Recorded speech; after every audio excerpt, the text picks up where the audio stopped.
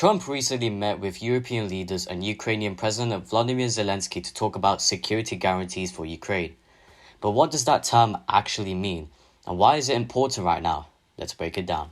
This meeting was a big deal because it brought together leaders from France, Germany, the UK, and other European nations.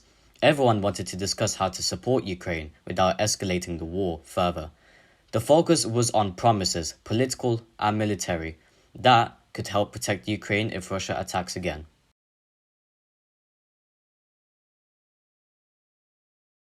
Trump made it clear that there will be no American troops on the ground in Ukraine. He wants the US role to stay limited to air power, fighter jets, missile defense systems, and intelligence support. First of all, we have possibility now to buy weapons from the United States. We are thankful for this program and this opportunity. We are thankful for Europe. They pay for this.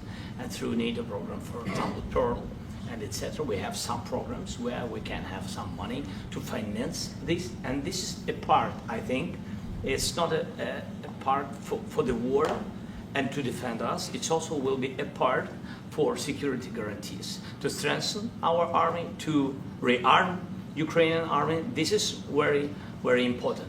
And it depends how much money we need to rearm. For example, the question of air defense, we spoke about it with President Trump, and I'm happy that we have now bilateral decisions and we work on it with production, American production. Nobody in Europe has so many air defense like Patriots, for example. We need it very much, and this is also about defending.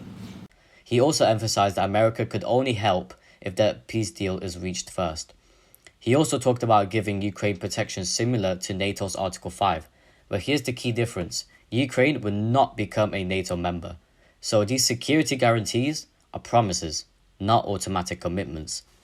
Essentially, Trump is trying to say, we'll help, but we won't commit to American troops on Ukrainian soil.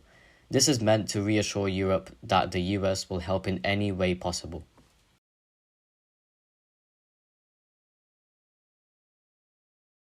At the White House, Trump sat down with leaders from France, Germany, the UK, Italy, Finland, Ukraine, and other European nations. The discussion focused on how Ukraine could be protected from Russia and how the countries involved could share responsibility.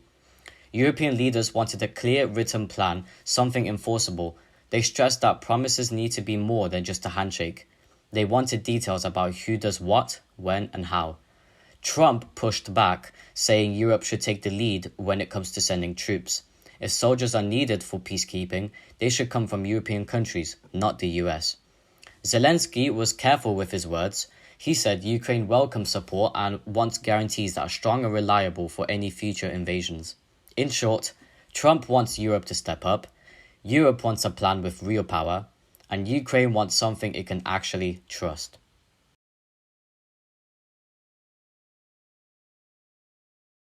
The problem is that the details have not been agreed on. Questions remain. Who decides when to respond if Russia attacks again? How quickly would allies act? What kind of force would they actually use? And would the US step in if Europe fails to act? Right now, it's mostly political talk. There's no signed treaty or formal agreement. That's why analysts said we need to wait and to see whether these security guarantees can actually work in practice.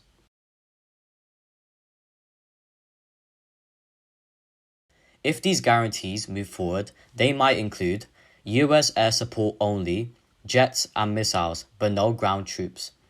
European soldiers as peacekeepers, ready to protect civilians or deter attacks. Political agreements, promises between countries about defending Ukraine, but without a formal NATO treaty. Financial and military aid packages, such as the proposed $90 billion in weapons that Ukraine has requested. These guarantees aim to strengthen Ukraine's defense while avoiding direct US involvement in a war with Russia. The challenge is that the political promises are only as strong as the country's willingness to act.